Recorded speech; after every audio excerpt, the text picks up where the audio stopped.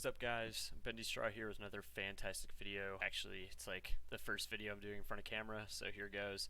First, I'll just get right into it. I'm not going to bog you down with all these boring like images that you've probably seen. What does this tell you? Literally nothing about the ranking system. Like, you see them everywhere. I'm just going to dive right in. What is the ranking system? What am I going to show you today? I'm going to walk you through, with math, somebody that basically won 21 games straight and only went up 5 CSR. I'll walk you through an example of just one of the games I just did a quick analysis on. I'm going to debunk rumors that I heard, what I found, conclusion, interesting takeaways, thinking like 3-4-3, what would I change, and then I'm going to ask you, what would you change? What would you improve on this ranking system? Oh, and if you do think of something during the video, just add it to the comment section below. What is the Halo ranking system? I think users know it as True Skill 2, but it's basically the same thing as ELO. But throughout the video, I'm just going to call it ELO. It's probably just ELO. I like saying ELO, probably ELO, because it's named after the guy who made the ranking system. So anyway, what is the ELO ranking system, or ELO ranking system? It's a method for calculating the relative skill levels of players in zero-sum games such as chess. Well, Bendy, what's a zero-sum game, right? That's your next question. It's a mathematical representation in game theory and economic theory of a situation which involves two sides where the result is an advantage for one side and a loss for the other. Like a win and a loss, kind of. Okay, but you sum up like a score. Got it. Oh, it also says if the total gains of the participants, aka your team members, are added up, and the total losses are subtractive, aka the team that lost, they will sum to 0. I will say it is hard to do a full analysis of this stuff because even statisticians have a hard time doing this and getting it right, so keep that in mind. I'm not going to get into the details of this, but I thought I'd break it down with you what the ranking system is, okay? So, number 2, what am I talking about today? This guy that won 21 games straight and only went up a whopping 5 CSR. Thank you, Sir Siege on Twitter, for allowing me to use this data to make this video. I politely asked, so he said, yeah, go for it, man. I said, you're not gonna like what I find. Anyway, all of these statistics are on halotracker.com. This is not an ad, by the way. So what did I do? I took down the starting CSR, the placement, the game type, which team was the favorite, what the percent chance of winning was, Siege himself, the random that they played with, his first teammate, his second teammate, the average of the team of 3, and then the average of team 1. Okay? Their percent chance of winning was 80%. Siege himself was 2043. The random was 1942. Teammate number 1 was 1913. Teammate number 2 was 1883. The average of the team of 3 was 1946. And the average of the team 1 was 1945. Okay?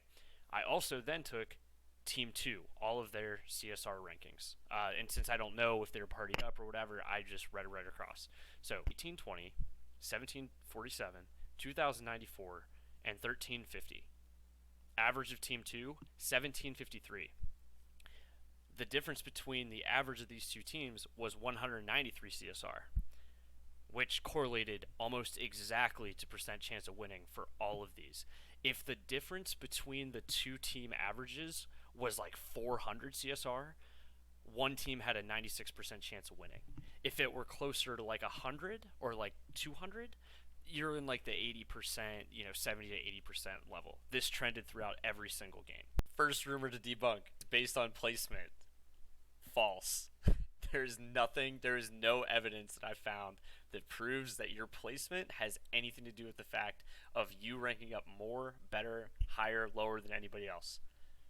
It's based on kills. If you have the most kills, right, you're going to get the most CSR, right? Wrong. There's nothing that I found that trends with this theory whatsoever. What about objective? What if I'm playing strongholds and we win 250 to 20? It doesn't matter. It does not matter. It doesn't matter. KDA, for example, you get like 22 KDA. You should rank up, right? Wrong. There's no evidence to prove this. Nowhere is there any evidence. Deaths, most deaths, you're going to rank lower. No, there's no evidence for this. The game detects whether you have a microphone or not. Yeah, if you have a mic, you're going to rank up every time. Plus 50 CSR. If you don't, minus 50. That's a lie. However, I will say it definitely does feel like when I go more negative, I end up going down more. it always feels that way, right? Like you lose, you go -10, it was your worst game of the day, and you like rank down so much. But there's also been games that it's happened before, and you barely rank down, and you just think nothing of it because you're like, oh, this is awesome. I'm so happy that this game didn't count. We love that. We love that. The last rumor I'll say I debunked is if you win a game and you lose CSR, that is just a flat out like that's an anomaly. There's per the definition I gave at the beginning, there's no way that if you win the game, you're going to lose CSR. If you lose the game, you're going to gain CSR. It is just an anomaly. If that happened to you, something glitched out with the game. I'll talk about that in section 5. All right, so here's what I did. Back to what I said about tallying these games. I went through all 21 games, captured, pay attention, 4 of the games didn't have any data whatsoever. So those games I just left out of this analysis. Didn't say CSR on Halo Tracker, so I just left it out completely. I figured that would just be bad data to use. So I used 17 games. Okay. If Siege barely ranked up, what do you think might have happened? Okay, let's hypothesize here. Do you think if he won games against competition, players with relatively similar CSR, go up more? That's right. He was favored to win every single one of the games that he was in. So Halo Tracker gives you a % chance of winning based upon your CSR, right? So in those 17 games, he was favored to win 16 out of 17 of the games. And the lowest % chance he had to win was 74%. That's ridiculous. 4 out of 5 times you would win. So if you extrapolate that, you've got 21 games that you played against teams that you were supposed to win. If you played, what is that, times 5, 105 games, they would have won 80 of them. That is ridiculous. Ridiculous. So let me walk you through the numbers here in terms of CSR. They averaged 227 more CSR than their opponents. So if he was a 2,000 on the dot, that means that the average opponent that he played was 1,773. So think about this. You've got this situation where now matchmaking is putting him against players that aren't quite as good, and they win 21 games in a row, so he's not going to rank up that much because their CSR is much lower than his. Okay, he went from 2,043 CSR to 2,048 CSR. His teammate went from 1882 to 1920 CSR, and teammate 2 went from 1912 to 1928 CSR, or plus 16 CSR. That all being said, their average CSR between those 3 people was 1946. It was 1946 at the beginning, and it ended at 1965. So their average CSR went up about 20, went up 19, but it rounded up it's 20 based upon the depth. It was pretty much every other game that they traded 1 through 4, and there was no trend where like somebody took first or second on the team and then they ranked up, more subsequent than the games that they placed higher or lower. My hunch is if you're grouped together, and I don't have all the math to prove this, but if you're grouped together, 3 people, and you know your guys' CSR, your lowest guy is going to rank up the most. It doesn't matter how well they do. It doesn't matter if they're at the bottom. It doesn't matter if they get carried. CSR is placing you where you should be in comparison to others. Literally, this 21-game win streak is proof that the system actually works very well. I think that there's still tweaking that needs to be done. Getting into what 343 needs to do. Enough with the bugged games. Nothing worse than playing a 12-minute game and having no insight to whether or not it counted. Going on Halo Tracker and realizing, oh wow, those 4 games that we just won, actually I can't even tell what my CSR did because it doesn't tell me anything about it. That's a problem. Players hate that. I hate that.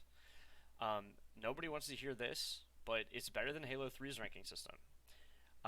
Back in Halo 3, they actually had to fix it to be better because so many people were just running on their 50s, you couldn't go up any higher. Just play customs instead.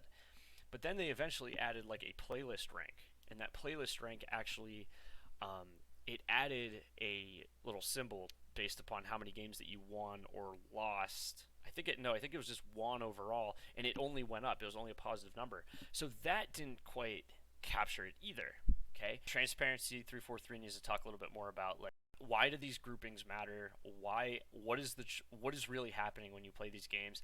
I think it would make everybody feel a lot better if 343 just said, look, if you're playing with your buddies and you guys barely rank up, it's probably because so and so is the lowest, so and so is the highest, and you're matched with people that just aren't as good as you guys, so it's going to take longer for you to get higher CSR. Plain and simple.